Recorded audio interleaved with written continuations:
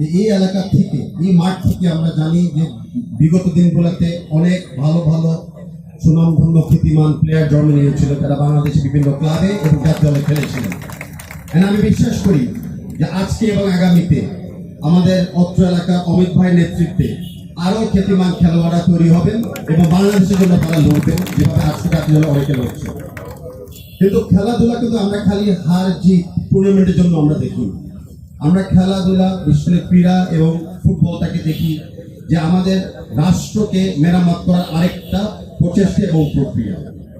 যত ক্রীড়াতে আমরা যোগদান থাকবো ছোটবেলা থেকে, ততই শারীরিকভাবে এবং মানসিকভাবে আমরা একটা ভালো মানুষ হিসাবে তৈরি হব বা তৈরি হতে আমরা সহযোগিতা করতে পারি। আমাদের সমাজে সমতা এবং বন্ধুত্ব ফিরিয়ে আনার জন্য ক্রীড়া একটা বড় অবদান রাখে। আমরা জানি আমরা ক্রীড়াবিদ, আমরা প্রতিহিংসায় বিশ্বাস করি না, আমরা প্রতিযোগিতামূলক মন মানসিকতা বিশ্বাস করি। সেটাই আমাদেরকে আমাদের প্রাণপ্রিয় দেশ নেত্রী বেগম খালেদা জিয়াও বলেছে, শিখিয়েছে এবং অনুপ্রেরণা দিয়েছে। তো তাই সকলকে নিয়ে আজকে আমরা আগামী একটা ভালো উজ্জ্বল ভবিষ্যৎ গড়ে করার জন্য আমরা খেলাটাকে আবার মাঠে ফেরত এনেছি।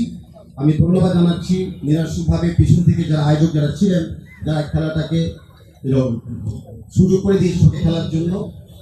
এবং ভবিষ্যতে আমি দেখতে চাই যে এই মাঠে আরো টুর্নামেন্ট যখন হবে, যেখানে বাংলাদেশ ফেডারেশন সহযোগিতা করতে পারে এই মাঠটাকে একটা ছোট স্টেডিয়াম হিসাবে রূপান্তরিত করার জন্য। আর পাশাপাশি অমিত ভাইকেও আমি রিকোয়েস্ট করবো যে ছেলেদের খেলার সাথে যেন আমরা মেয়েদের খেলাটাকে একটু প্রমোট করি, কারণ বাংলাদেশে যেখানে 50% জনসংখ্যা হলো মেয়েরা, আর বর্তমান আমাদের ক্রীড়া পৃথিবীতে মেয়েরাই আমাদেরকে নেতৃত্ব দিচ্ছে, তাই তাদেরকে আমরা কোনোভাবে চাই না পিছিয়ে রাখার জন্য।